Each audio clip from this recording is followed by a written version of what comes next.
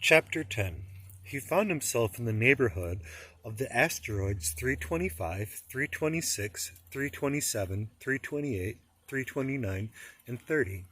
He began, therefore, by visiting them in order to add to his knowledge. The first of them was inhabited by a king.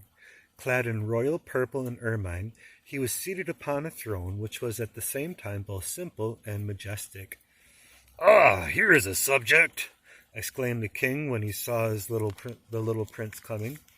And the little prince asked himself, how could he recognize me when he had never seen me before? He did not know how the world was simplified for kings. To them, all men are subjects. "Approach, so that I may see you better," said the king, who felt consumingly proud of being at last a king over somebody.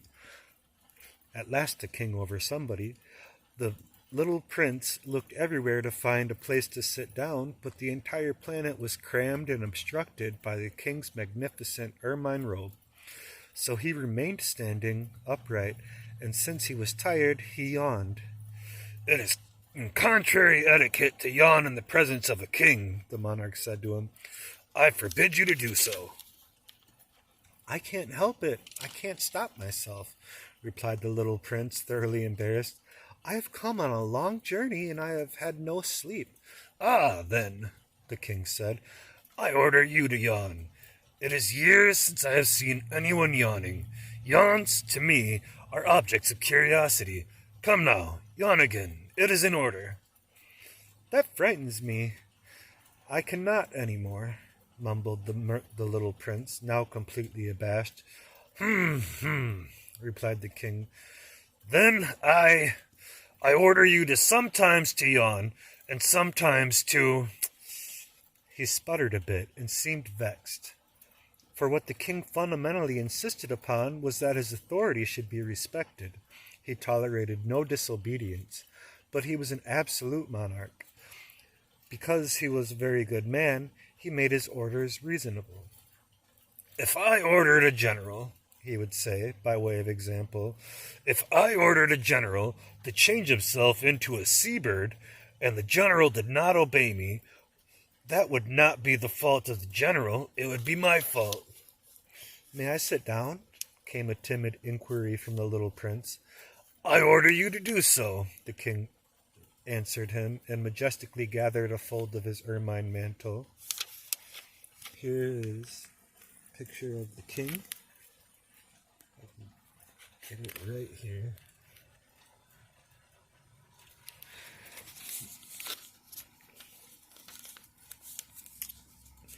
But the little prince was wondering. The planet was tiny. Over what could this king really rule? "Sire," he said to him, "I beg that you will excuse my asking you a question." "I order you to ask me a question," the king hastened to assure him. "Sire, over what do you rule?" "Over everything," said the king, with magnificent simplicity. "Over everything?" The king made a gesture which took in his planet, the other planets, and all the stars. "Over all that?" asked the little prince. "Over all that," the king answered. For his rule was not only absolute, it was also universal. "And the stars obey you?" "Certainly they do," the king said.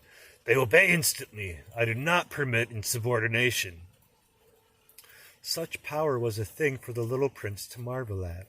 If he had been master of such complete authority, he would have been able to watch the sunset, not 44 times in one day, but 72, or even 100, or even 200 times, without ever having to move his chair. And because he felt a bit sad as he remembered his little planet which he had forsaken, he plucked up his courage to ask the king a favor. "I should like to see a sunset. Do me that kindness. Order the sun to set." "If I ordered a general to fly from one flower to another like a butterfly, or to write a tragic drama, or to change himself into a seabird, and if the general did not carry out the order that he had received, which one of us would be in the wrong?" the king demanded. "The general or myself?" "You," said the little prince firmly. "Exactly. One must require from each one the duty with which each one can perform. The king went on. Accepted authority rests first of all on reason. If you ordered your people to go and throw themselves into the sea, they would rise up in revolution. I have the right to require obedience because my orders are reasonable. Then my sunset? The little prince reminded him, for he never forgot a question once he had asked it. You shall have your sunset. I shall command it. But according to my science of government, I shall wait until conditions are favorable. When will that be? Inquired the little prince. Replied the king, and before anything, he consulted a bulky almanac. That will be that will be this evening, about 20 minutes to 8, and you will see how well I am obeyed. The little prince yawned. He was regretting his lost sunset, and then, too, he was already beginning to be a little bored.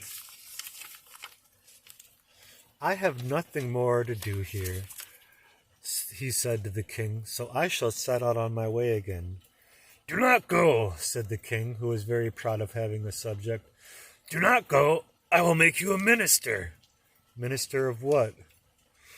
Minister of justice. But there is nobody here to judge. We do not know that, the king said to him. I have not yet made a complete tour of my kingdom. I am very old. There is no room here for a carriage, and it tires me to walk. Oh, but I've looked already, said the little prince, turning around to give another glance to the other side of the planet. On that side, as on this, there was nobody at all. Then you shall judge yourself, the king answered. That is the most difficult thing of all. It is much more difficult to judge oneself than to judge others. If you succeed in judging yourself rightly, then you are indeed a man of true wisdom. Yes, said the little prince, but I can judge myself anywhere. I do not need to live on this planet. Said the king. I have good reason to believe that somewhere on my planet there is an old rat. I hear him at night. You can judge this old rat. From time to time you will condemn him to death. Thus his life will depend on your justice. But you will pardon him on each occasion, for he must be treated thriftily. He is the only one we have.